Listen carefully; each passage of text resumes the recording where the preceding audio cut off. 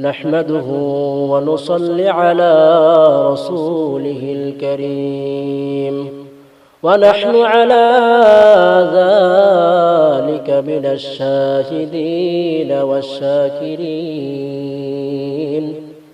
والحمد لله رب العالمين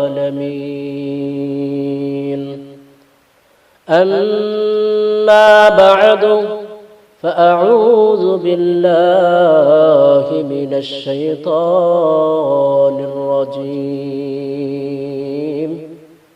بسم الله الرحمن الرحيم قد أفلح من تزكى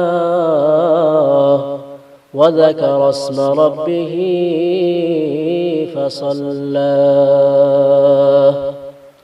وقال رسول الله صلى الله عليه وسلم من صام رمضان ثم أتبعه ستا من شوال كان كصيام الدهر أو كما قال رسول الله صلى الله عليه وسلم صدق الله المولى العظيم وصدق رسوله النبي الكريم ونحن على ذلك من الشاهدين والشاكرين والحمد لله رب العالمين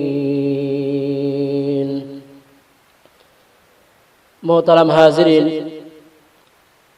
আমরা বরকতময় মাসে উপনীত হয়ে বরকতময় মাস শেষ হওয়া একেবারে সন্নিকটে আমরা উপনীত হয়েছি। এই বরকতময় মাসের জন্য রাসূলুল আকরাম সাল্লাল্লাহু আলাইহি ওয়াসাল্লাম 2 মাস আগে থেকে আল্লাহ রাসূল সাল্লাল্লাহু আলাইহি ওয়াসাল্লাম এই মাস পাওয়ার জন্য তিনি দোয়া করতেন। কি দোয়া করতেন? আল্লাহুম্মা বারিক লানা ফি রজব ওয়া শাবান ওয়া বাল্লিগনা রমাদান। اللهم بارك لنا في رجب وشعبان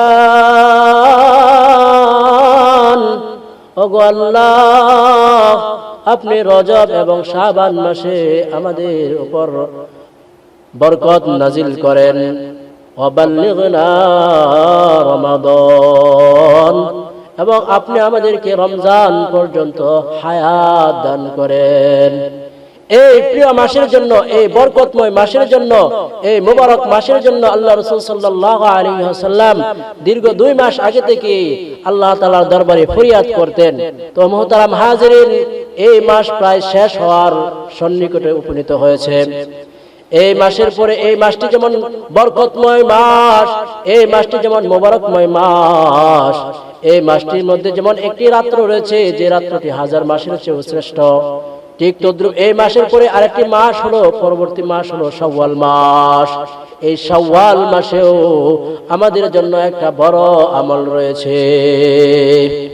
এই মাসের পরে যে মাসটি আসবে সেই মাসটি হলো শাওয়াল মাস, আর এই শাওয়াল মাসেও আমাদের জন্য একটা বড় আমল রয়েছে।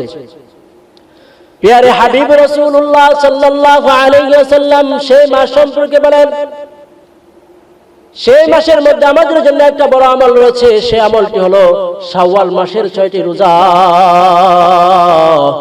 সেই 6টি রোজা সম্পর্কে রাসূল আকরাম সাল্লাল্লাহু আলাইহি ওয়াসাল্লাম ইরশাদ করেন, মান সামা রমাদানা ثم أتبعه ستا من شوال كان كصيام الدهر من صام رمضان, যে ব্যক্তি রমজানের রোজা রাখলো, ثم أتبعه ستا من شوال, এরপরে আবার শাওয়াল মাসের 6টা রোজা রাখলো,